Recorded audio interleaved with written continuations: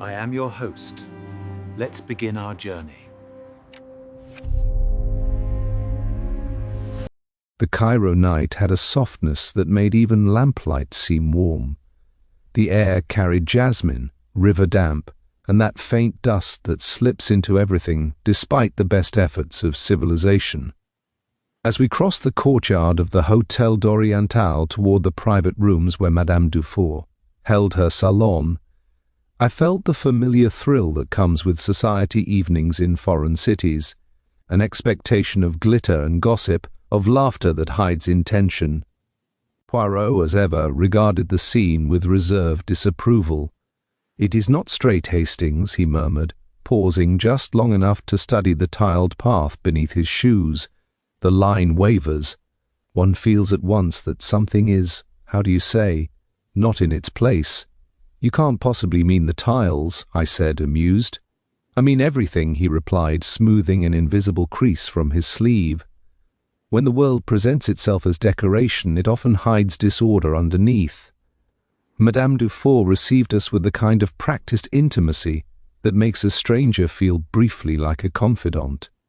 She was not young, but she was arranged, hair glossy, mouth crimson, eyes bright with attention.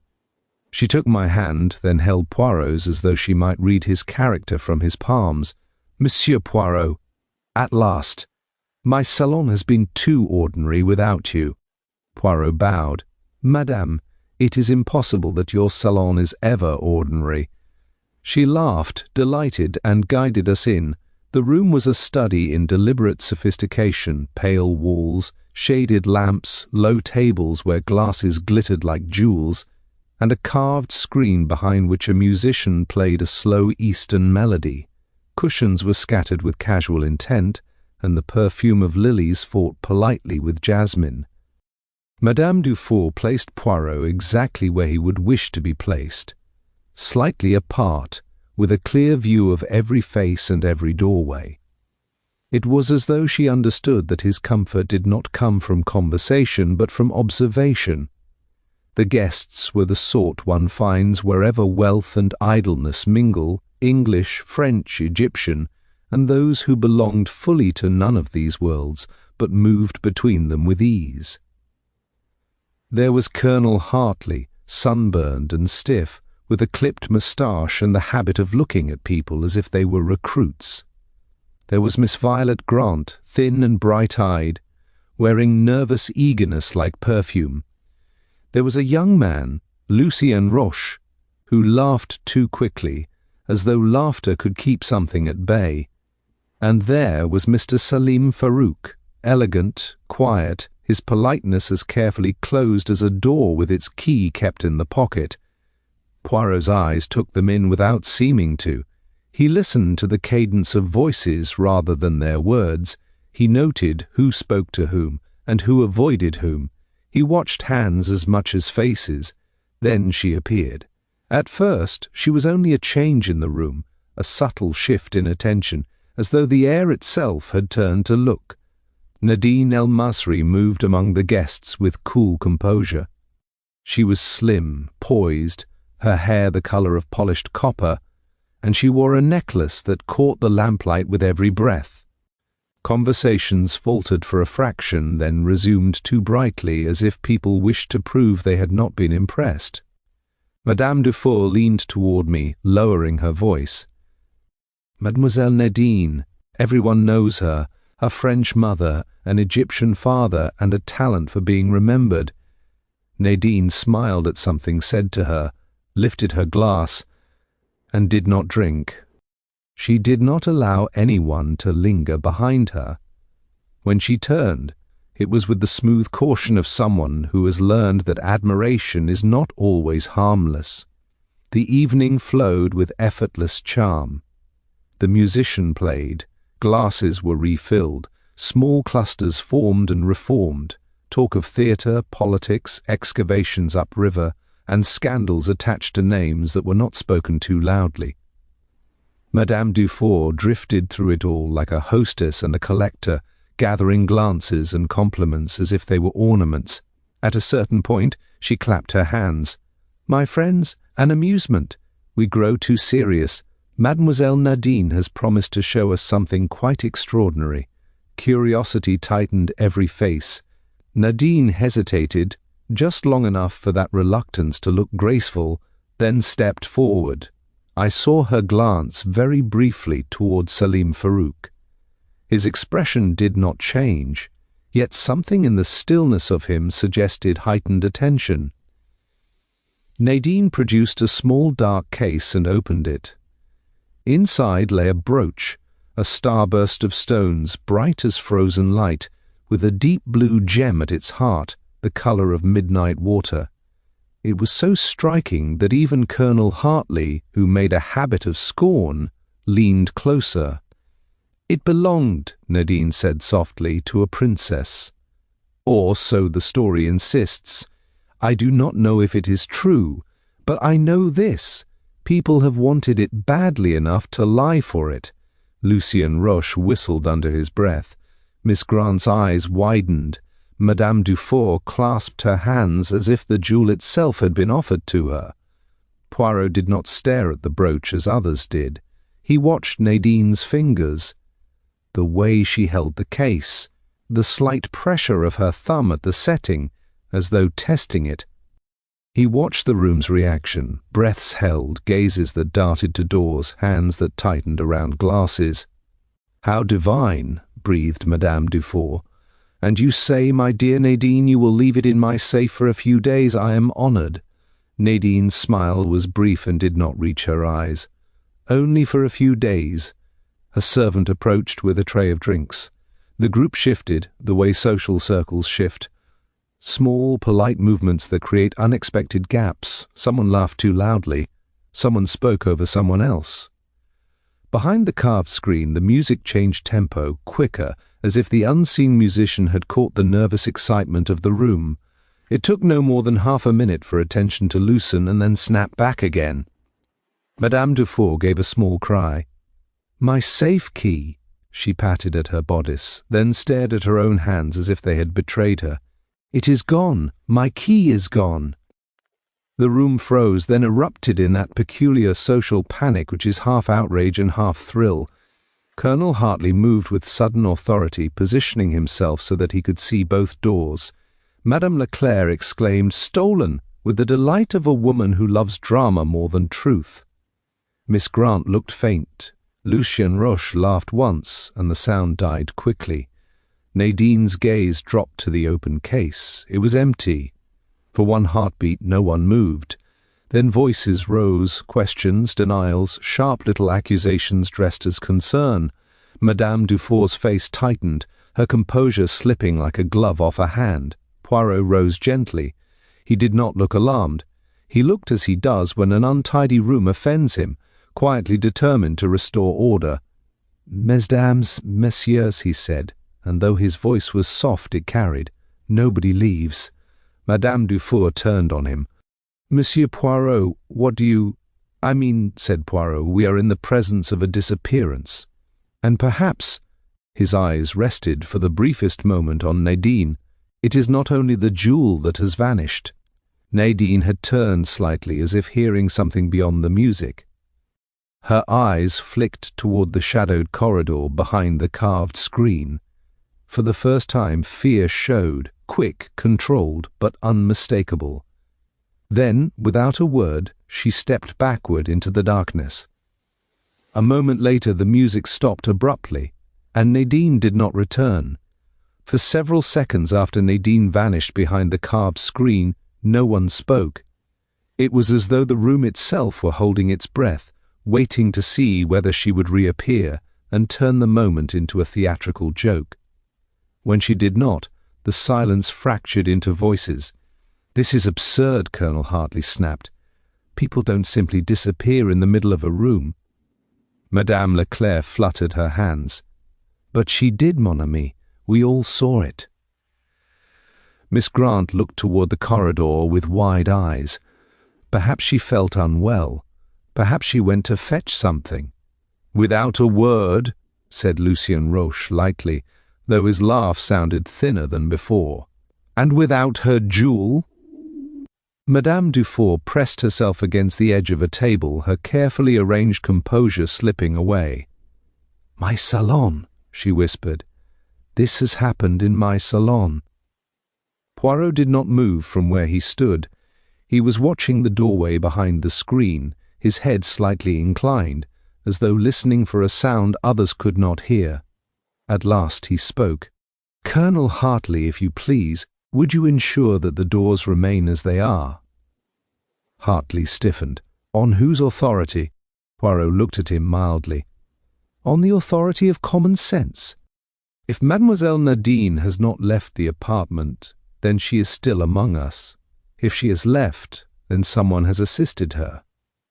In either case, movement will only create confusion."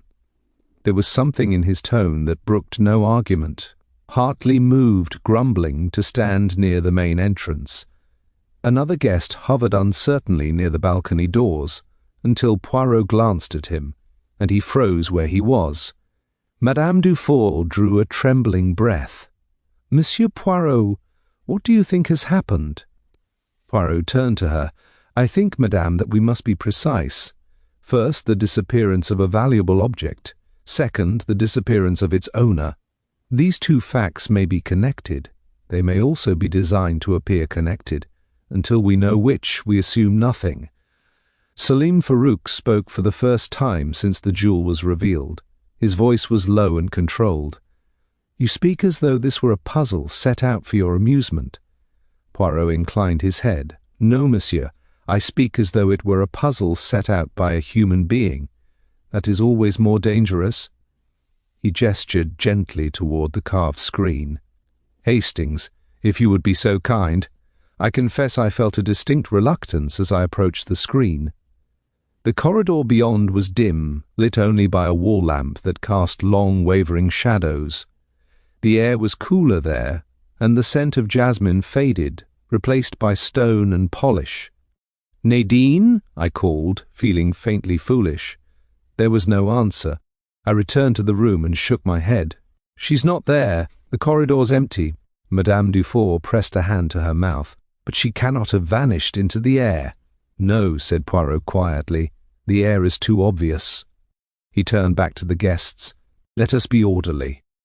Mademoiselle Nadine was last seen stepping behind the screen. At that moment, the jewel was already gone. "Madame Dufour, when did you last see your safe key?" Madame Dufour frowned, struggling to think. "I had it earlier, of course. I always keep it on a ribbon here." She touched the front of her gown. "I remember showing it to Madame Leclerc when we spoke of the safe. It was there then." Madame Leclerc nodded eagerly. Yes. She showed it to me. Such a tiny thing." "And after that?" Poirot asked. Madame Dufour hesitated. "After that, people came and went. I greeted guests. I do not recall exactly when I noticed it missing." Poirot's eyes flicked to the ribbon. "The ribbon is still tied." "That is interesting." "What do you mean?" demanded Colonel Hartley. "I mean," Poirot replied, "that the key was not torn away. It was removed carefully. Whoever took it did not wish to be noticed." Miss Grant spoke suddenly, her voice trembling. "Perhaps Nadine took it herself, to make it seem dramatic." Several heads turned toward her. Lucien Roche smiled thinly. "You suggest she staged her own disappearance?" I don't know," Miss Grant said. "She said people would lie for the jewel. Perhaps she meant herself." Poirot regarded Miss Grant with gentle attention. "An interesting thought, mademoiselle. And yet, consider this. If Mademoiselle Nadine wished only to steal her jewel back, why draw attention to it at all?" There was a murmur of agreement. Salim Farouk's gaze had not left Poirot. "You speak as though you knew her well." "I know," said Poirot, "what people choose to show. She did not enjoy being the center of attention, and yet tonight she allowed it. That suggests necessity." "Necessity for what?" Hartley demanded. "For protection," Poirot replied. "For witnesses." He moved toward the table where the empty case still lay open. He did not touch it. He merely observed it from every angle as though memorizing its attitude.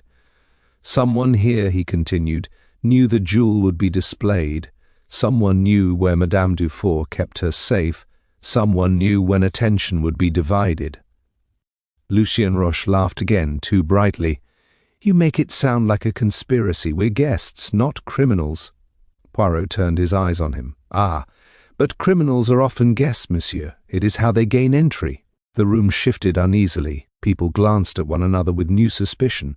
Small alliances formed instinctively, two women standing closer together, a couple exchanging murmured words.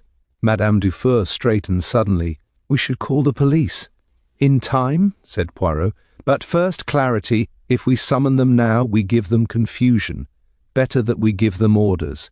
He faced the group fully. Until we know more, no one leaves this room, no one enters it. Colonel Hartley, I rely on your cooperation. Hartley stiffened but nodded. Poirot's gaze moved from face to face, lingering for a fraction longer on some than on others. When his eyes met Salim Farouk's, something passed between them. Acknowledgement, perhaps, or challenge. Monsieur Farouk, Poirot said, you were watching Mademoiselle Nadine closely this evening. Farouk's lips curved faintly. She is worth watching. Indeed, said Poirot. Did you see where she went? I saw her step behind the screen, nothing more. Poirot nodded. And did you notice anyone else followed her? Farouk paused. No, it was a perfectly reasonable answer, and yet Poirot did not look satisfied. At last Poirot turned back to Madame Dufour. Madam, if you please, have the servants accounted for. Quietly. Panic is contagious. Madame Dufour rang for her staff with shaking hands. As the servants gathered at the far end of the room, Poirot leaned toward me. You see, Hastings, he murmured, already the circle closes. And when the circle closes, someone always finds the air insufficient. I looked around at the anxious faces, the guarded eyes, the polite smiles beginning to crack. And Nadine? I asked softly. Poirot's gaze returned to the shadowed corridor. Ah, he said, Mademoiselle Nadine has not merely disappeared. She has been removed from the board or from the game, which remains to be seen. Poirot remained standing long after the servants had been quietly gathered and dismissed to one side of the room. The salon had taken on a different atmosphere now, no longer a place of cultured leisure, but a contained space where every movement felt significant. People sat or stood where they had last found themselves, as though afraid that any change of position might be interpreted as guilt. Poirot adjusted the angle of a nearby chair by a fraction, then placed it back exactly where it had been. Only then did he sit. It is curious, he said mildly, how quickly elegance evaporates under pressure. No one laughed. Madame Dufour lowered herself onto a sofa, her hands folded too tightly in her lap. Colonel Hartley remained standing, arms crossed, his expression hard with irritation and authority struggling for dominance. Miss Grant perched on the edge of a cushion, pale and silent. Lucien Roche leaned against a table, still smiling faintly, though the smile had acquired a brittle quality. Salim Farouk stood apart, his posture relaxed but his eyes alert. Poirot looked at them one by one, not in the manner of a prosecutor, but with the detached curiosity of a man studying a painting whose composition intrigued him. Let us begin, he said, not with accusations, but with impressions. Often they are more honest. Colonel Hartley snorted. Impressions are for artists. Facts are what matter. Poirot inclined his head. Facts, yes, but facts are chosen by people. Impressions escape before they are edited. He turned first to Madame Dufour. Madame, you have known Mademoiselle Nadine for how long? Madame Dufour hesitated. A year, perhaps a little more. She came to Cairo often, but she did not always stay. And your relationship? We were friendly, cordial. She trusted me. At least, she trusted my safety. Poirot's eyes flicked again to the ribbon at Madame Dufour's bodice. You did not find it strange that she wished to leave such an object with you? Madame Dufour flushed. I was honored. "Just so," said Poirot gently. "Honour is a powerful distraction." He turned his attention to Miss Grant. "You, mademoiselle, seem particularly startled by the disappearance." Miss Grant clasped her hands together. I don't like surprises.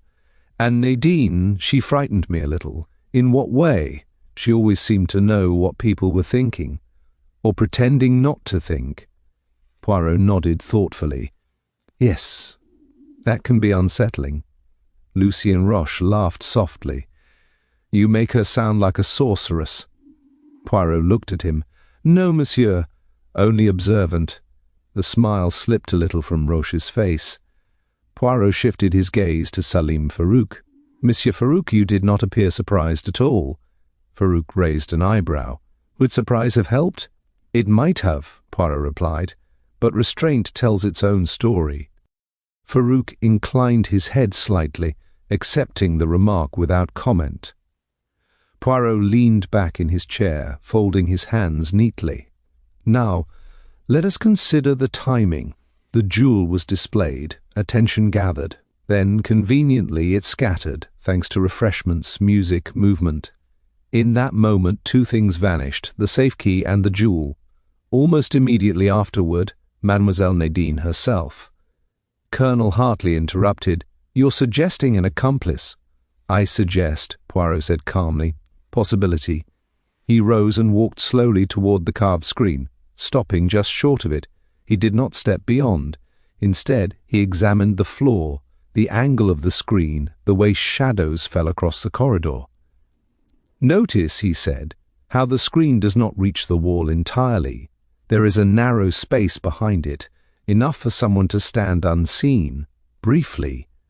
Miss Grant gasped softly. "But," Poirot continued, "standing is not the same as vanishing." He turned back to the group.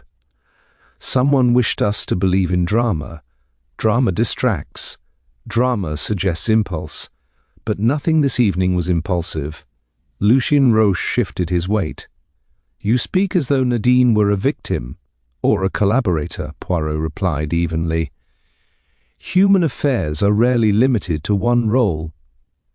Madame Dufour clasped her hands. "Monsieur Poirot, please, what do you think has happened to her?" Poirot considered before answering. "I think Mademoiselle Nadine intended to disappear tonight. Whether she intended it to happen quite this way is another matter. There was a ripple of unease." Colonel Hartley frowned. "And where would she disappear to?" "Cairo is not exactly empty." Poirot smiled faintly. "On the contrary, Colonel, Cairo is excellent for disappearing. One may be lost in crowds or hidden in plain sight." He turned abruptly. "Hastings, did you notice anything unusual when you looked down the corridor?" "I searched my memory, only that it was empty. Quiet." Poirot nodded. "Yes, too quiet." He returned to his chair and sat again, smoothing his trousers. "We must ask ourselves not who took the jewel, but why the disappearance of Mademoiselle Nadine was staged so theatrically. Fear, sympathy, confusion, these are useful tools." Miss Grant spoke again, gaining a little courage. "You think she wanted us all to look at her?" "No," Poirot said. "She wanted us to stop looking." Salim Farouk's eyes sharpened. "You imply she escaped while we watched the wrong thing." "Exactly," Poirot replied. "But escape requires assistance or preparation. One does not simply walk into shadow and vanish without help." Madame Dufour leaned forward. "Then she planned this with someone here." Poirot did not answer immediately. He allowed the idea to settle, to unsettle. Then he said, "Perhaps, or perhaps someone planned it around her." Lucien Roche laughed again, a little too quickly. "You're very generous with possibilities, Monsieur Poirot." Poirot regarded him with polite interest. "I am generous because reality will be exact." He rose once more. "For now we do not accuse, we observe, we wait. When people believe they have convinced others, they grow careless." Colonel Hartley looked at his watch. "And how long do you propose we wait?" Poirot smiled, a small, confident curve of the lips. "Not long, Colonel. Disappearances create pressure. Pressure creates mistakes." He glanced again toward the screen, then at each face in turn. "Until then, I advise you all to remain exactly as you are." I felt a chill despite the warmth of the room. The circle had indeed closed, just as Poirot had said, and within it suspicion moved silently, like a hand feeling its way along a dark wall. The wait that followed was far more uncomfortable than any burst of accusation might have been. Conversation resumed only in fragments, subdued and cautious, each sentence weighed before it was allowed into the air. People spoke as though walls might listen, and glances moved constantly, measuring distance, studying reactions. The salon had become a place of quiet surveillance. Poirot allowed the tension to grow. He sat with his hands folded, eyes half-lidded, as though the affair bored him. Yet I knew that behind that stillness his mind was active, arranging impressions with meticulous care. At last he rose. "Now," he said pleasantly, "we shall speak a little more precisely." Madame Dufour straightened at once, grateful for direction. Colonel Hartley looked relieved to be given something resembling order. Poirot gestured toward a grouping of chairs. "If you please, mesdames et messieurs, we will remain seated while I ask a few small questions. They are nothing, truly. Only clarifications." Lucien Roche chuckled weakly. "You make it sound painless." Poirot smiled. "The truth often is, monsieur. It is the lies that strain." He turned first to Madame Leclerc. "Madame, earlier you exclaimed that the jewel was stolen with remarkable certainty." Madame Leclerc flushed. "Well, was it not obvious?" "Perhaps," Poirot replied. "Yet there are other possibilities. Loss, misplacement, even an illusion." Madame Leclerc waved a hand. "I know the drama when I see it, indeed," said Poirot gently, "and drama knows you." A faint ripple of discomfort moved through the room. Poirot shifted his attention to Miss Grant. "Mademoiselle, you were standing quite near the table when the case was opened." Miss Grant nodded quickly. "Yes, but I didn't touch it. I swear I didn't." "I did not say that you did," Poirot said calmly. "I ask only this: did you notice anyone else near it when the room's attention shifted?" Miss Grant closed her eyes briefly, searching her memory. "There were several people. Madame Leclerc, Monsieur Roche, and Colonel Hartley stepped forward for a moment." Hartley bristled. "To get a better look." "Of course," said Poirot smoothly. "Curiosity is not a crime." Lucien Roche lifted his hands lightly. "I won't deny it. Everyone wanted to see it." Poirot nodded. "Yes, and while everyone looks, one person acts." He turned to Colonel Hartley. "Colonel, you moved very quickly to secure the doors once the disappearance was discovered. Standard procedure." Hartley replied. "Instinct, an excellent instinct," Poirot said. "Yet you did not immediately check the corridor behind the screen." Hartley frowned. "I assumed that someone else would." Poirot finished. "Yes, assumptions are useful things. They save effort." Salim Farouk spoke quietly. "You seem to be circling something, Monsieur Poirot." Poirot inclined his head. "I am circulating behavior, Monsieur Farouk. Yours, for instance, has been most consistent." "In what way?" "You have said very little," Poirot replied, "and yet you have missed nothing." Farouk's lips curved faintly. "Observation is not a crime either." "No," said Poirot, "but it can be preparation." A hush fell. Even Lucien Roche stopped smiling. Poirot walked slowly around the room, speaking as he moved. "Let us return to Mademoiselle Nadine. She did not panic when the jewel was gone. She did not cry out. She listened." Madame Dufour pressed her fingers together. "I noticed that too. She went very still." "Yes," Poirot said. "Stillness is control, and fear, when controlled, is usually informed." Miss Grant whispered, "You mean she knew something would happen?" "I mean," Poirot corrected gently, "that she expected something. Perhaps not precisely what occurred, but enough to be ready." Lucien Roche leaned forward. "If she planned to disappear, why leave the jewel behind?" Poirot stopped walking and faced him. "Because the jewel was never meant to travel with her. It was meant to distract her." Madame Leclerc gasped softly. "The jewel," Poirot continued, "is loud. It demands attention. Mademoiselle Nadine, by contrast, wished to move quietly. Colonel Hartley folded his arms. Then where is she now? Poirot's eyes drifted again toward the screen. Not far. That statement caused a visible reaction. Madame Dufour clutched the arm of the sofa. Miss Grant glanced nervously toward the corridor. Salim Farouk's gaze sharpened, though his expression remained controlled. "You think she's still in the apartment?" Farouk said. "I think," Poirot replied, "that she did not intend to leave immediately, not until she knew whether the plan had succeeded." "And the plan?" Hartley pressed. Poirot smiled faintly. "To discover who wished to take the jewel and how far they would go." Lucien Roche laughed uneasily. "You make it sound like a trap." "Ah," said Poirot, "but traps are only dangerous when one walks into them." Madame Dufour stood suddenly. "Monsieur Poirot, if she is still here, then she may be in danger." Poirot regarded her gravely. "Yes, madame, that is precisely my concern."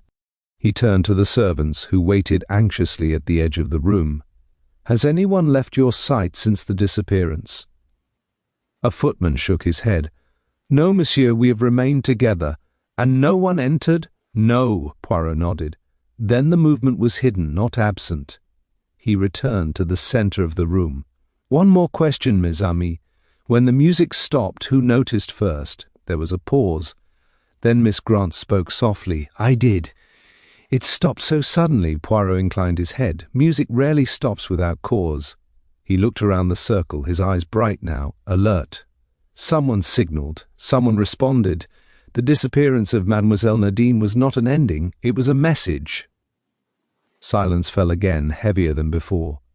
Poirot folded his hands. "And now," he said quietly, "we shall see who understood it."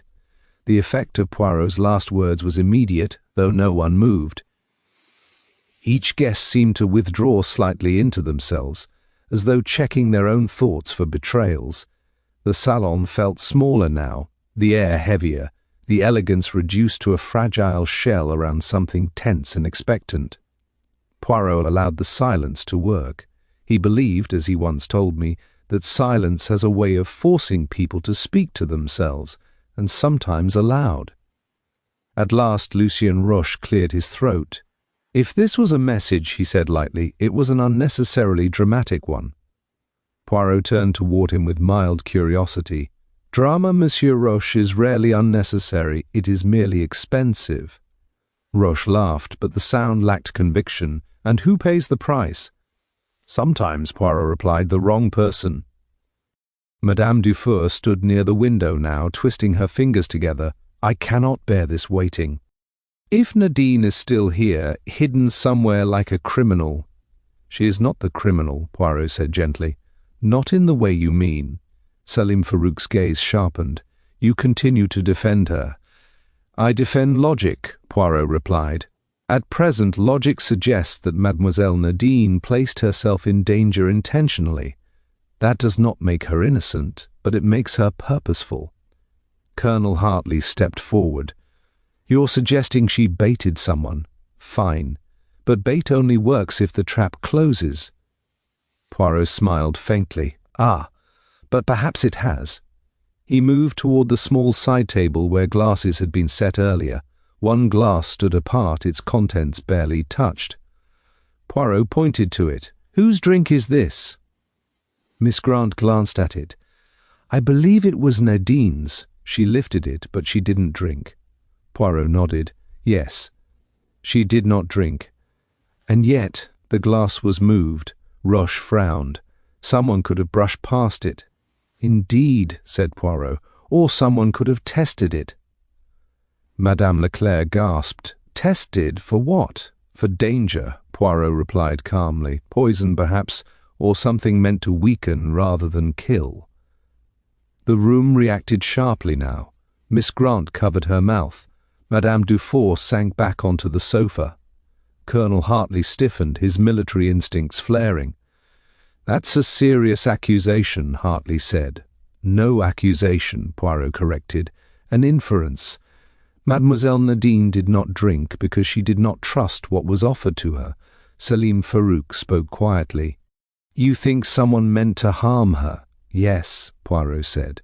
"Not necessarily tonight, But soon, and she knew it. Roche shook his head. This is becoming absurd. If someone wanted her dead, why not act already? Poirot looked at him with sudden sharpness. Because murder is permanent. Fear is flexible. He stepped closer to Roche, his voice still soft. Fear persuades. Fear reveals. Roche's smile faltered. You're implying— I imply nothing, Poirot said. I observe. He turned back to the group. Mademoiselle Nadine revealed the jewel tonight not to impress you, but to provoke you. She wished to see who watched it too closely. Who forgot themselves, Madame Leclerc protested. We all watched it. Yes, Poirot agreed, but not in the same way. He gestured subtly. Some watched with desire, some with envy, some with calculation. His eyes rested briefly on Salim Farouk, then moved on. Afterward, Poirot continued, she disappeared, not to escape, but to watch. Miss Grant whispered, watch from where? Poirot's gaze drifted toward the ceiling, then toward the walls, from somewhere close enough to hear panic, close enough to see reactions. Colonel Hartley scowled. You're saying she's spying on us. I say she wished to see who would act once she was removed from the board. Roche folded his arms. And who did? Poirot smiled. Ah, now that is the correct question. He turned abruptly to Madame Dufour. Madame, after Mademoiselle Nadine vanished, did anyone approach you privately? Madame Dufour hesitated. No, not directly. But someone spoke to you, Poirot pressed. She swallowed. Monsieur Roche asked if he might fetch me a glass of water. I refused. Poirot nodded. You see? Concern can be a mask. Roche stiffened. That's hardly evidence. Evidence, no, Poirot agreed. But it is behavior. Salim Farouk shifted his stance slightly. And me, Monsieur Poirot? You watch me as though I were transparent. Poirot inclined his head. You interest me because you are not transparent. Farouk's lips curved faintly. Then you will be disappointed. On the contrary, Poirot replied, I am rarely disappointed by human nature. He walked again toward the carved screen, stopping just short of it. He did not look behind it. Instead, he spoke into the open room. Mademoiselle Nadine, he said calmly, you may listen as long as you wish, but you should know, your message has been received. A sharp intake of breath came from somewhere very near. Miss Grant looked around wildly. You heard that? She whispered. Yes, Poirot said softly. So did someone else. The silence that followed was charged, brittle. I felt certain then that Nadine was indeed close, hidden, watching, waiting. Poirot turned back to the group, his expression grave. We have reached the point where pretense becomes dangerous. Someone here took the jewel. Someone here frightened Mademoiselle Nadine badly enough that she chose to vanish rather than confront them openly. He paused. And someone here believes they have succeeded. Roche laughed once harshly. You enjoy unsettling people, Monsieur Poirot. No, Poirot replied quietly. I enjoy preventing funerals. The words settled heavily. Poirot clasped his hands behind his back. The next move, he said, will not be subtle. Fear rarely is. When it comes, watch carefully. I looked around the circle of faces. Strained, guarded, intent. Whoever Poirot was waiting for, I knew one thing with certainty. They would not wait long. The waiting ended abruptly, as such moments often do, not with a cry or a confession, but with a small, telling disturbance. It came in the form of a sound, soft, metallic, and unmistakably out of place. A faint clink, as though something delicate had struck stone. Everyone froze. Poirot did not move at once. His eyes shifted, calculating distance and direction. The sound had come from beyond the carved screen, nearer to the corridor wall than before. That, he said mildly, was not imagination. Colonel Hartley moved instinctively, then stopped himself under Poirot's steady gaze. No heroics, if you please, Poirot added. Noise is rarely an invitation. Miss Grant's voice shook. What could it have been? Poirot smiled faintly. Something dropped, or something released. He gestured to me, Hastings, walk with me, but do not hurry. We approached the screen together. Poirot adjusted its angle slightly, no more than an inch, allowing a narrow view of the corridor floor. There, near the base of the wall, lay a small object that caught the lamplight. A key. Madame Dufour gave a sharp cry. "My key!" Poirot bent carefully and lifted it between finger and thumb, as though it might speak if handled roughly. He examined it briefly, then straightened. "Interesting," he murmured. "Very interesting indeed." Hartley stepped forward. "That proves someone dropped it." "Yes," Poirot agreed. "But not when you think." He held the key up for all to see. "This was not taken from Madame Dufour by force. It was borrowed, and then returned." Lucien Roche scoffed. "Returned? Why steal it at all, then?" Poirot looked at him calmly. "Because one does not steal a key merely to open a safe. One steals a key to see who notices its absence."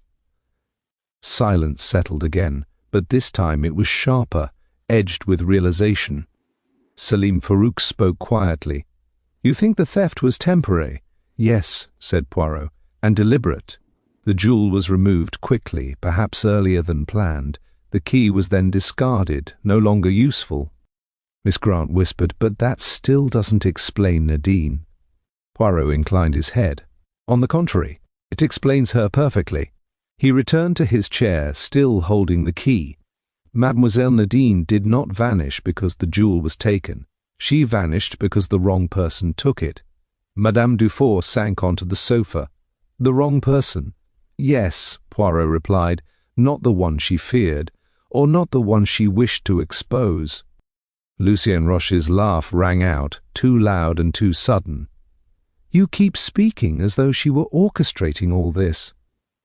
Poirot's eyes flicked to him. "You find that amusing?" Roche shrugged. "I find it unlikely." Poirot studied him for a long moment. "Monsieur Roche, you laughed when the jewel was revealed. You laughed when it disappeared.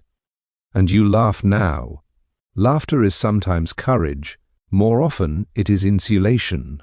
Roche's smile faltered. Poirot continued calmly. "When the key was taken, the thief had two choices. Take the jewel quietly later, or seize the moment and act immediately. One choice suggests patience, the other suggests anxiety." He let his gaze travel slowly around the room. "Which of you felt anxious tonight?" Hartley bristled. "This is nonsense. We were all startled." "Startled, yes," Poirot said, "but not all afraid." Salim Farouk shifted his weight. "And fear interests you?" "Greatly," Poirot replied. "Fear accelerates behavior." He rose again, pacing slowly. "After the disappearance, someone expected chaos, panic, accusations. Instead, there was waiting, observation. That is why the key was dropped just now." Madame Leclerc frowned. "Dropped on purpose?" "Yes," said Poirot, "a test, to see whether we were watching." Miss Grant gasped softly. "Someone wanted to distract you. Someone wanted to see if the room was still under control," Poirot corrected. He stopped pacing. "It is." Lucien Roche folded his arms tightly. "And you assume the jewel is still nearby?" "I am certain of it," Poirot said. "One does not steal something so conspicuous without a secure means of removal, and yet no one has left." Hartley frowned. "You think it's hidden here?" "Not hidden," Poirot replied. "Held." Madame Dufour looked around wildly. "Held by whom?" Poirot smiled thinly. "By someone who expected to retrieve it later, once the attention had settled elsewhere." His gaze settled briefly on Salim Farouk, then moved on. "Now," Poirot continued, "let us consider the second disappearance." Mademoiselle Nadine stepped into shadow at precisely the moment when attention fractured. She did not scream, she did not run, she waited. Miss Grant whispered, "For help?" "For confirmation," Poirot said. "Confirmation of who would act once she was gone." Roche shook his head. "You're building a story around nothing." "No," Poirot replied. "I am dismantling one." He turned sharply. "Monsieur Roche, where were you standing when the music stopped?" Roche hesitated. "Near the drinks table." "And your hands?" "At my sides." Poirot raised an eyebrow. Both of them? Roche's jaw tightened. Yes. Poirot nodded slowly. Then you will not object if we examine the table more closely. Roche's laugh did not come this time. Poirot walked to the side table and examined its edge, the glasses, the cloth beneath. He straightened and turned back to the room. Whoever took the jewel believed the danger had passed once Mademoiselle Nadine vanished. That belief was mistaken. Madame Dufour whispered, "Because she's still here." "Yes," said Poirot, "and because I am also here." He placed the recovered key gently on the table. "The false solution," he continued, "is that Mademoiselle Nadine stole her own jewel and fled. It is tidy. It flatters our impatience. And it is wrong." The room seemed to lean toward him. "The truth," Poirot said quietly, "is far more uncomfortable. Someone here took the jewel believing Nadine silenced. They were mistaken on both counts." A faint sound came again from behind the screen, this time unmistakably a breath drawn too quickly. Poirot did not turn. He smiled. "Ah," he said softly, "there you are." The breath behind the screen did not repeat itself. Whoever had made the sound recovered quickly, which in itself was revealing. Panic lingers. Control snaps back. Poirot waited a full 5 seconds, his expression serene, his posture relaxed. He did not turn. He did not point. He simply allowed the room to understand that something had been acknowledged. "Mes amis," he said at last, "when one plays a game of nerves, the first to betray awareness loses." Colonel Hartley took a step forward despite himself. "Are you saying someone's hiding there right now?"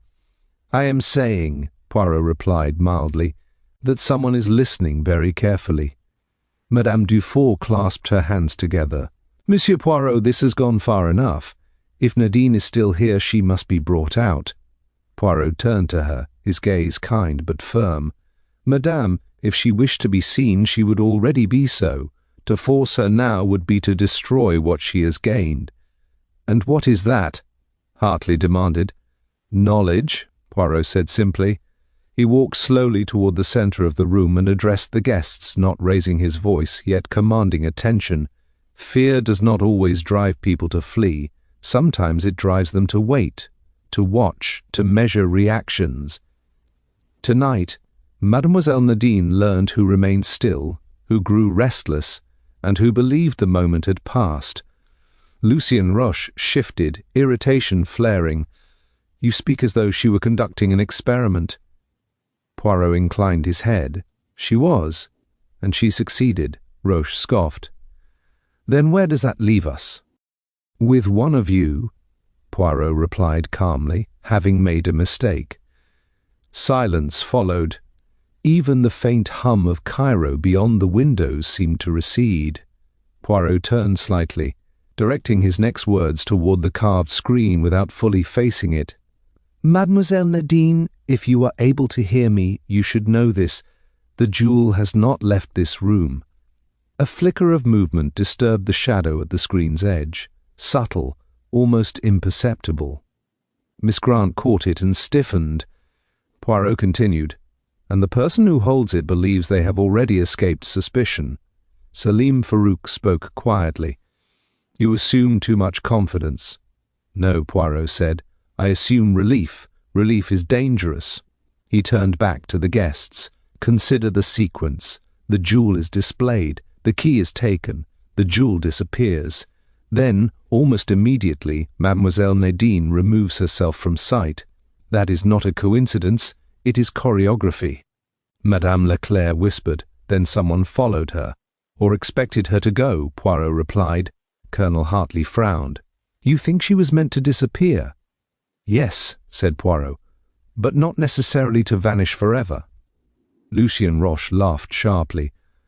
"You're suggesting the thief relied on her disappearance." "Exactly," Poirot said. "Believed that once she was gone, attention would settle on her. A perfect false ending." Roche's laugh died halfway. Poirot's gaze sharpened. "Tell me, Monsieur Roche, when did you first realize she was truly gone?" Roche hesitated. when the music stopped. And before that, I assumed she would return, as did most, Poirot said, yet one person knew she would not. Roche folded his arms tightly. This is speculation. Poirot smiled faintly. Speculation becomes diagnosis when behavior aligns. He turned to Miss Grant.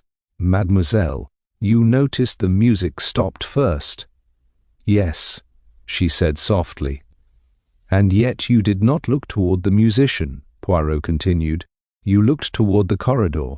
She blinked. I suppose I did. Because instinct guided you, Poirot said. You felt the absence before you understood it. Miss Grant nodded uncertainly.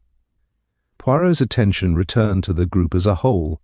Someone here counted on the moment of confusion to complete their action. They did not expect scrutiny. They did not expect patience. Hartley folded his arms. And you think they're still holding the jewel? I am certain, Poirot replied, because to dispose of it would require opportunity, and no one has had any. Madame Dufour's voice trembled. Then what happens now? Poirot clasped his hands behind his back. Now we observe reactions to pressure. Lucien Roche snapped. This is absurd. You're enjoying this. Poirot looked at him steadily. On the contrary, monsieur. I dislike games where someone may be harmed. Roche opened his mouth to retort, then stopped. His fingers twitched once before stilling. Poirot noticed. Tell me, Poirot said softly, what would you do if you believed your danger had passed? Roche stared at him. I don't know what you're implying. I am asking, Poirot continued, whether you would relax. Selim Farouk interjected smoothly. Or whether you would secure your advantage. Poirot nodded approvingly. Just so. He stepped closer to Roche now, close enough that his presence pressed gently but insistently.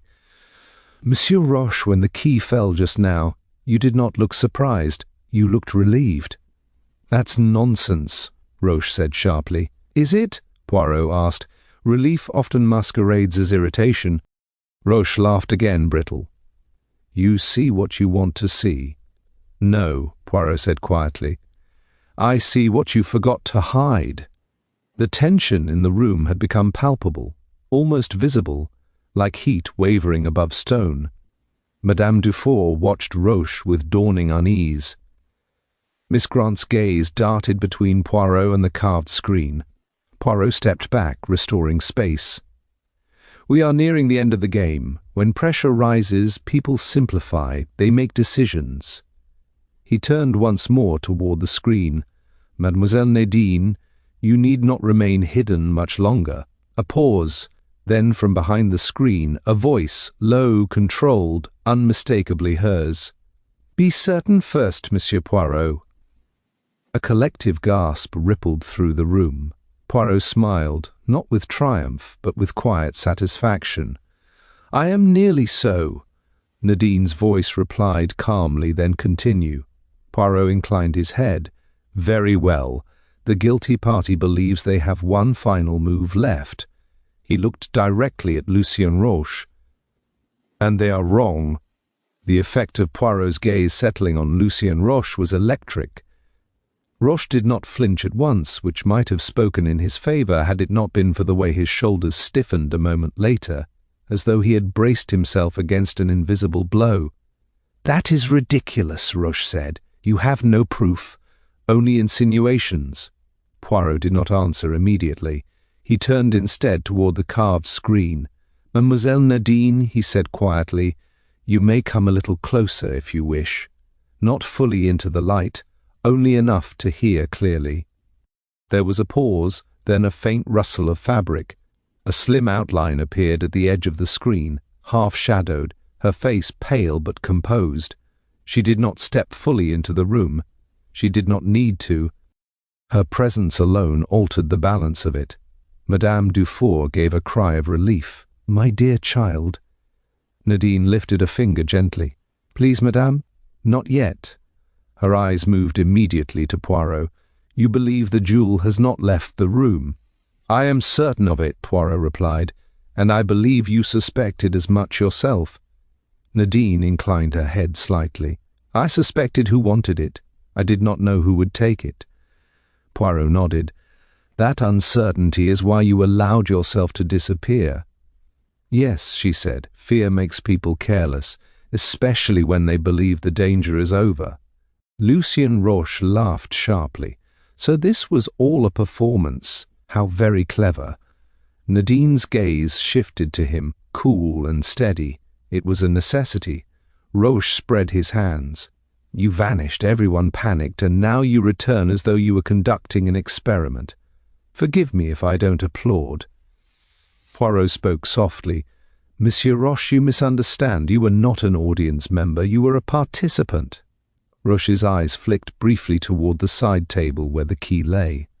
It was a small movement, but it did not escape Poirot.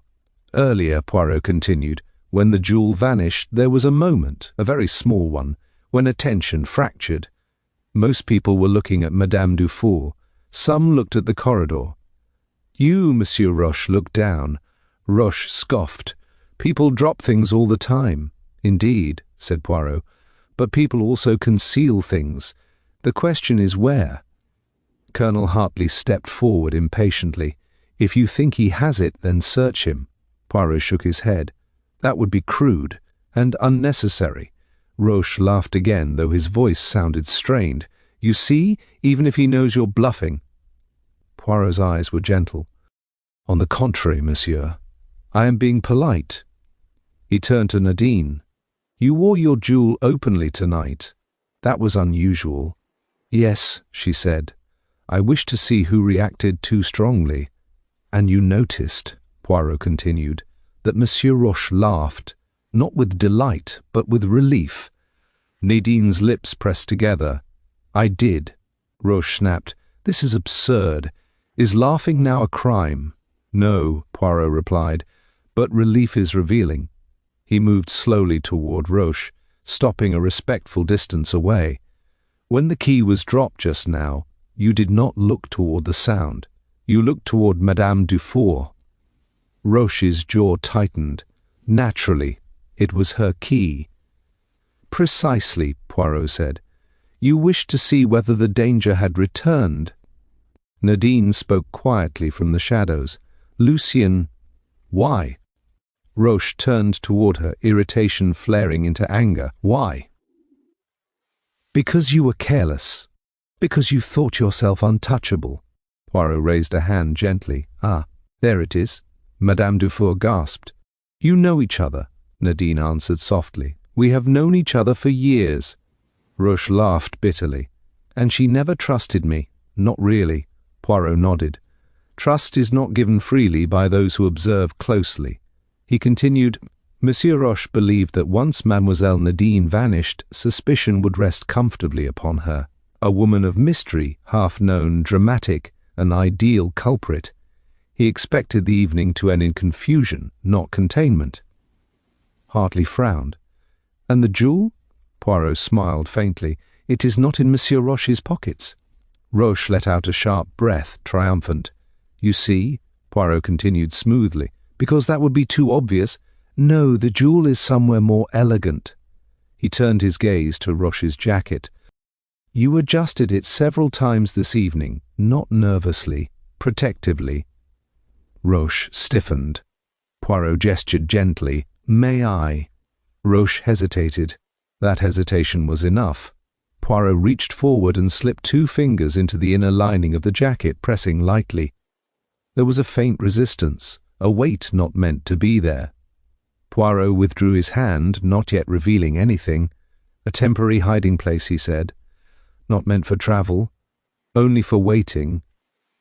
Roche exploded. "You have no right." Nadine stepped fully into the light now. "Lucien," she said quietly, "you planned to return it later, after I was blamed, after I fled." Roche's face twisted. "You would have fled. You always do." Poirot shook his head. "No, monsieur. Tonight she stayed."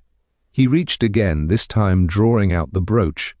Its blue stone caught the lamplight, brilliant and unmistakable. Madame Dufour cried out. Miss Grant gasped. Hartley swore under his breath. Roche stared at the jewel, then at Nadine, then at Poirot. His shoulders sagged, the tension draining from him all at once. "You should have trusted me," he muttered. Nadine's voice was steady. "I trusted my instincts." Poirot held the jewel briefly, then returned it to Nadine.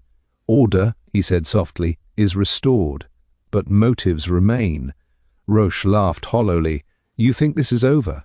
Poirot met his gaze. "No, monsieur, this is only the truth arriving." "And truth," he added gently, "is never the final comfort people imagine."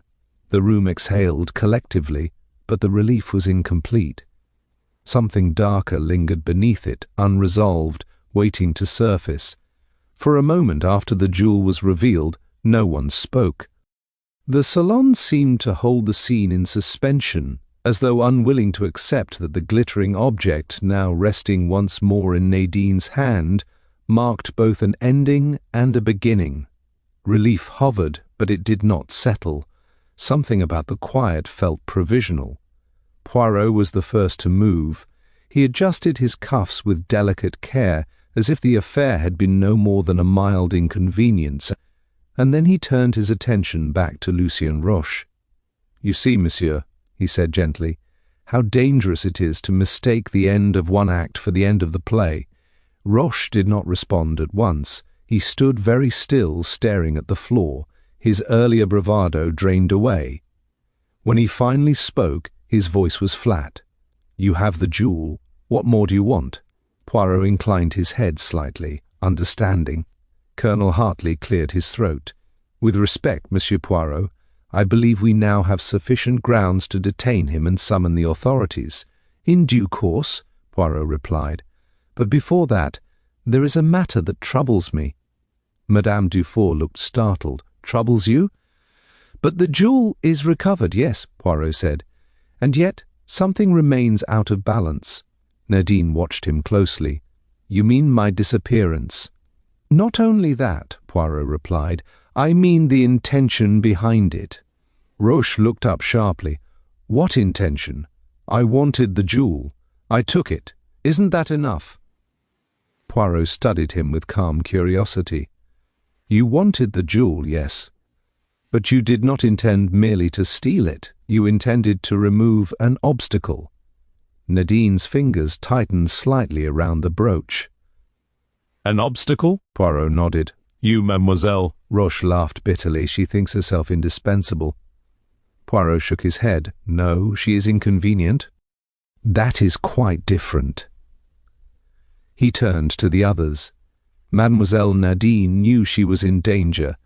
That danger was not limited to theft. It was personal. Miss Grant drew a sharp breath. "You mean he meant to hurt her?" "I mean," Poirot said carefully, "that fear was cultivated. Fear is a useful tool. It encourages people to leave quietly." Nadine spoke slowly. "I received messages, anonymous, warnings disguised as concern." Roche scoffed. "Anyone could have sent those."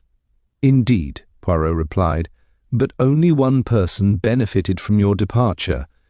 Roche's mouth tightened. "You're twisting things." Poirot's gaze did not waver. "Let us examine the facts we have not yet examined. The jewel was valuable, yes, but it was also traceable. Selling it would require care, connections, and time." Roche shrugged. "I have all three." Poirot smiled faintly. "So you believe, but there is more.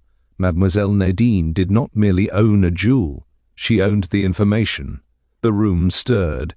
Selim Farouk's eyes sharpened. "Information?" Madame Dufour echoed. "Yes," said Poirot. "Concerning people who prefer discretion." Nadine inclined her head slightly. "I observe. I remember. People confide when they believe you are harmless." Roche's laugh was harsh. "You exaggerate your importance." Poirot intervened gently. "On the contrary, Monsieur Roche, you underestimated it. That was your error." He began to pace slowly. "You intended to take the jewel tonight, yes, but your greater hope was that Mademoiselle Nadine would disappear, either by flight or by disgrace. Once she was gone, you would have time to ensure that certain observations of hers never troubled you again." Roche's face darkened. You're speculating." "No," Poirot said. "I am remembering something." He turned to Madame Dufour. "Madame, earlier this evening, before the jewel was displayed, Mademoiselle Nadine spoke with Monsieur Roche near the window." Madame Dufour nodded slowly. "Yes, I recall. They argued very quietly." Roche snapped, "We spoke privately. That proves nothing." Poirot smiled. "It proves timing. You were unsettled before the jewel ever appeared." Nadine met Roche's gaze. "You asked me to leave Cairo." Roche looked away. "I advised you." "You warned me," she corrected softly. Poirot stopped pacing. "Exactly. The jewel was your opportunity. But the disappearance, that was your insurance." Colonel Hartley frowned. "Insurance against what?" Poirot replied. "Against exposure. Mademoiselle Nadine disappearing under suspicion would discredit her. Anything she might later say would be questioned." Silence followed. It was a heavier silence than before, weighted with implication. Salim Farouk spoke quietly. "Then the jewel was not the true prize." Poirot inclined his head. "No, control was." Roche laughed suddenly, a sharp, brittle sound. "You speak as though I were some kind of villain in a novel." Poirot regarded him with mild sadness. "You are a man who believed fear would solve his problems. That is not villainy, it is a weakness." Roche's shoulders sagged. "And if she had fled? If she had done exactly as I expected?" Poirot answered calmly. "Then tonight would have ended very differently." Nadine's voice was steady. "I nearly did flee." Roche looked up at her sharply. "But," she continued, "I wanted to know who was pushing me." Poirot nodded approvingly. "Courage is not the absence of fear, mademoiselle. It is a curiosity in spite of it." Madame Dufour wiped her eyes. "This is all too much for one evening." "Yes," Poirot agreed. "Truth often arrives without regard for comfort." He turned back to Roche. "There is one final detail, monsieur, that interests me greatly." Roche looked weary. "What now?" Poirot smiled faintly. "When you hid the jewel, you expected to retrieve it later. When you dropped the key, you expected relief. And when Mademoiselle Nadine spoke from the shadows, you expected silence." Roche swallowed. "You did not expect," Poirot continued, "that she would stay and listen." Nadine met Roche's eyes. "You forgot that I know how to wait." The room felt suddenly very still, as though everyone sensed that the matter was drawing toward its true conclusion. Poirot clasped his hands behind his back. "The missing detail," he said softly, "is not what happened tonight. It is what would have happened next." He paused, letting the weight of that thought settle. "And that," Poirot added, "is why this case is not yet finished." The realization that Poirot's work was not yet complete unsettled the room more than the recovery of the jewel ever had. It is one thing to see a theft undone, quite another to understand that its consequences still breathe. Faces that had relaxed now tightened again, as though everyone sensed that the neat solution they had hoped for was being deliberately withheld. Poirot moved toward the center of the salon and gestured for chairs to be drawn closer together. "Since we have reached the point where truths may safely be spoken," he said mildly, "it is best that we speak them all at once." Colonel Hartley hesitated, then complied, positioning himself with military stiffness. Madame Dufour sat heavily, exhausted by emotion. Miss Grant folded her hands in her lap, eyes fixed on Poirot. Salim Farouk leaned back against the wall, attentive and unreadable. Lucien Roche remained standing, his posture defensive, his gaze flicking between Poirot and Nadine. Poirot waited until everyone was settled, then he spoke with a quiet authority that stilled even Roche's restless movements. "We have established," Poirot began, "that Monsieur Roche took the jewel. We have also established that Mademoiselle Nadine anticipated danger and used her disappearance to reveal behavior. These are facts. But facts alone are rarely sufficient." Roche scoffed weakly. "You've humiliated me in front of everyone. What more do you want? Poirot regarded him calmly. Justice is not humiliation, monsieur, it is clear. He turned to Nadine. Mademoiselle, when did you first suspect Monsieur Roche? Nadine answered without hesitation. When he asked me to sell the jewel quickly, quietly, and offered to arrange everything himself. Madame Dufour gasped softly. You never told me. I was not certain, Nadine replied. Suspicion is not proof. Poirot nodded approvingly. Exactly. Suspicion sharpens attention. Proof requires patience. He turned back to Roche. You wish the jewel gone, yes. But more importantly, you wished its owner was gone. The jewel was leveraged. Roche's mouth tightened. She exaggerates. Poirot raised a hand gently. Let us examine your position, monsieur. You move in social circles where reputation is currency. You had dealings you preferred to forget. Mademoiselle Nadine observed much and spoke little, a dangerous combination. Salim Farouk's eyes narrowed slightly. You believed, Poirot continued, that if she disappeared under suspicion of theft, her credibility would be destroyed. Any truth she later spoke would sound like revenge. Miss Grant whispered, That's monstrous. Poirot corrected gently, It is calculated. Roche laughed hollowly. And you claim to know all this from watching me sit in a chair? No, Poirot replied. I know it because you planned too carefully. He paced slowly as he spoke, every step measured. You encouraged Mademoiselle Nadine's fear, anonymous warnings, suggestions disguised as concern. You planted the idea that leaving Cairo would be wise. Roche shook his head. You cannot prove that. Poirot smiled faintly. I do not need to. Mademoiselle Nadine already has. Nadine reached into her handbag and withdrew a folded paper. I kept the messages, she said quietly. The handwriting was disguised, but the phrasing was familiar. Roche's face was drained of colour. Poirot inclined his head. You see, monsieur, you underestimated two things. First, Mademoiselle Nadine's courage. Second, her memory. Colonel Hartley cleared his throat.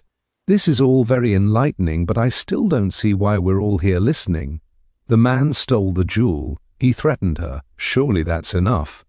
Poirot turned to him. Because, Colonel, motive matters, and because tonight was not meant to end as it did. He faced the group again. If Mademoiselle Nadine had fled, as Monsieur Roche hoped, what would have followed? Silence answered him. Poirot continued. The jewel would be quietly returned or sold. Suspicion would cling to her absence. And eventually, when she was far enough away to be powerless, something more final might have occurred. Miss Grant shuddered. Nadine spoke steadily. I realized that if I ran, I would never stop running. Poirot nodded. So instead you stayed. You turned the trap outward. Roche muttered bitterly. You turned my caution against me. Poirot corrected him. You turned your fear against yourself. He stopped pacing and faced Roche fully. Monsieur, you believed tonight was your opportunity. Instead, it became your exposure. Roche looked around the room, seeing no ally, no sympathy. And now? Now, Poirot said calmly, you will answer to the authorities, not only for theft, but for intimidation. Madame Dufour rose shakily. I will call the police. Poirot inclined his head. Yes, madame, now it is time. As she moved toward the telephone, Poirot addressed the room one last time. This gathering, he said, was designed to end in confusion. Confusion protects the guilty. Order exposes them. He turned to Nadine. You took a great risk. Yes, she said softly. But you learned the truth, Poirot continued, and the truth, however uncomfortable, is a safer companion than fear. Nadine met his gaze. I knew you would understand. Poirot smiled, just a little. It is my profession. Madame Dufour returned, pale but resolute. They are on their way. Roche sank into a chair at last. The fight went out of him. I never meant for it to go this far. Poirot looked at him with something almost like pity. It always goes as far as fear allows it to go. The room fell quiet again, but this time the silence was different. It was not charged with suspicion, but weighted with inevitability. Poirot straightened his jacket and glanced toward the window, where the lights of Cairo shimmered beyond the glass. "Order," he said softly, "is restored, but not without cost." And as footsteps approached from beyond the salon doors, I understood that the night's final act was about to begin. The arrival of the police altered the atmosphere at once, though less dramatically than one might have expected. Two officers entered with professional restraint, their presence bringing a sense of finality rather than disruption. Cairo had seen enough intrigue to recognize it when it appeared in evening dress. Colonel Hartley spoke to them briefly, his tone clipped and authoritative. Poirot waited, hands folded, as though the matter were already concluded. Lucien Roche was escorted to one side, not roughly but firmly. He did not resist. His earlier agitation had drained away, leaving only a weary resignation. Nadine stood apart, the recovered jewel resting in her palm. She did not look at Roche.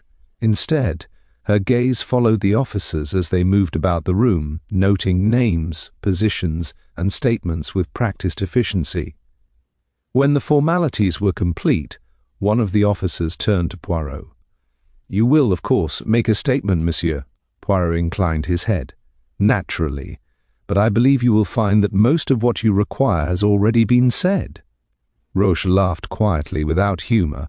"He enjoys this, you know." Poirot looked at him gently. "No, monsieur, I'll endure it." The officer led Roche toward the door. As he passed Nadine, he hesitated, then spoke without looking at her. "You were always watching." "Yes," she replied calmly, "and you forgot." The door closed behind them, and with it went the last immediate tension of the evening. Madame Dufour sagged into a chair, pressing a hand to her forehead. "I feel as though my salon has aged 10 years in one night," she said faintly. Poirot smiled kindly.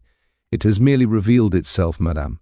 Miss Grant let out a long breath she seemed to have been holding since the first cry of alarm. "Is it truly over?" Poirot considered. "For tonight, yes. For everyone involved, perhaps not." Salim Farouk approached Nadine at last. "You took a risk remaining hidden." She met his gaze steadily. "Leaving would have been the greater risk."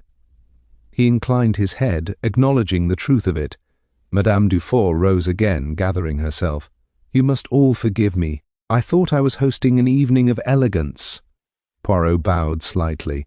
"You hosted an evening of revelation. It is far rarer." As the guests prepared to leave, their movements were subdued, reflective. Conversations were brief, glances thoughtful. The salon that had begun the night as a stage for display now felt like a place of quiet reckoning. Nadine approached Poirot as I stood beside him near the window. "You knew I was still there long before I spoke," she said. "Yes," Poirot replied. "You did not wish to disappear. You wished to be understood." She smiled faintly. "You understood very quickly." Poirot shook his head. "Not quickly. Carefully." She studied him for a moment. "What would you have done if I had truly fled?" Poirot's expression grew serious. "Then the truth would have arrived too late." She nodded, absorbing that. Madame Dufour returned once more, clasping Poirot's hands. "I cannot thank you enough." "You may thank me," Poirot replied gently, "by trusting your impressions a little less and your order a little more." She laughed weakly but with relief. One by one the guests departed, their footsteps echoing softly down the corridor. At last only Poirot and I remained in the quiet salon. The lamps seemed dimmer now, the perfume faded, the room stripped of its earlier glamour. Poirot adjusted the vase of lilies one final time, straightening the stems with careful precision. "You see, Hastings," he said, "crime is rarely about objects. It is about imbalance." "And this one?" I asked. He looked toward the closed door through which Roche had been taken. "This one was about fear mistaken for control." Nadine returned briefly from the corridor, her coat over her arm. "I will be leaving Cairo soon," she said. Poirot nodded. But not in flight. No, she said, by choice. She hesitated, then extended her hand. Poirot took it with a courteous bow. You reminded me, she said softly, that observation can be strength. Poirot smiled. Only when paired with patience. She left then, her footsteps light, unhurried. When we were alone at last, I said, you could have exposed him sooner. Yes, Poirot replied, but then you would not have seen who he truly was. He glanced once more around the salon, now peaceful, restored in its own way. Justice, he added quietly, is not only about ending a crime, it is about preventing the next one. Outside, Cairo stirred toward dawn, and the night that had promised glamour ended instead in clarity. Dawn crept into Cairo with quiet insistence, turning the city pale gold and softening the sharp edges of night. From the window of our rooms at the Hotel d'Oriental, I watched feluccas drift along the Nile, their sails catching the first light like thoughts forming slowly after sleep. The world looked deceptively innocent again, as though nothing untoward had happened beneath its stars. Poirot, however, was already awake and fully dressed. He stood before the mirror, attending to his moustaches with solemn care, restoring them to the symmetry that, to him, represented not vanity but principle. "You will forgive me, Hastings," he said without turning, "if I insist upon ordering before breakfast. Disorder is contagious." "I should have thought last night cured you of any illusion that the world can be ordered," I replied, stretching. Poirot smiled faintly. "On the contrary. It reminded me why one must try." We took our coffee on the balcony overlooking the river. The city stirred below us, unaware of the small human drama it had hosted only hours before. I found myself thinking of Nadine, leaving Cairo not as a fugitive, but as a woman who had reclaimed control of her own narrative. There was something quietly admirable in that. "You were certain she would speak when she did," I said. "Certain she would not flee." Poirot stirred his coffee carefully. "Not certain. Confidence. There is a difference." "And Roche?" Poirot's expression grew thoughtful. Monsieur Roche believed that control meant removing uncertainty. He failed to understand that uncertainty is often what restrains us. When people believe they have eliminated risk, they act. I nodded slowly. "And fear?" "Fear," Poirot said, "is a poor substitute for intelligence. It exhausts itself." We finished our coffee in companionable silence. At last, Poirot rose and adjusted his jacket. "It is time," he said, "to depart." "Depart?" I echoed. "I thought you might enjoy a few days' rest." Poirot gave me a look of mild reproach. "Rest, Hastings, is achieved by a clear conscience, not by remaining in one place." Later that morning, as we prepared to leave the hotel, Madame Dufour sent word requesting a brief meeting. We found her in a private sitting room, looking smaller somehow without the glitter of her salon to sustain her. Yet there was relief in her eyes. "I wanted to thank you properly," she said, "not only for what you did, but for what did not happen." Poirot inclined his head. "Prevention is always the quietest success." She hesitated. "Will it trouble me again, do you think, the memory of it all?" Poirot considered. "Memory is like furniture, madame. If arranged carefully, it need not obstruct one's movement." She smiled at that, and when we left her, I sensed that she would indeed arrange her memories with care. Outside, Cairo had fully awakened.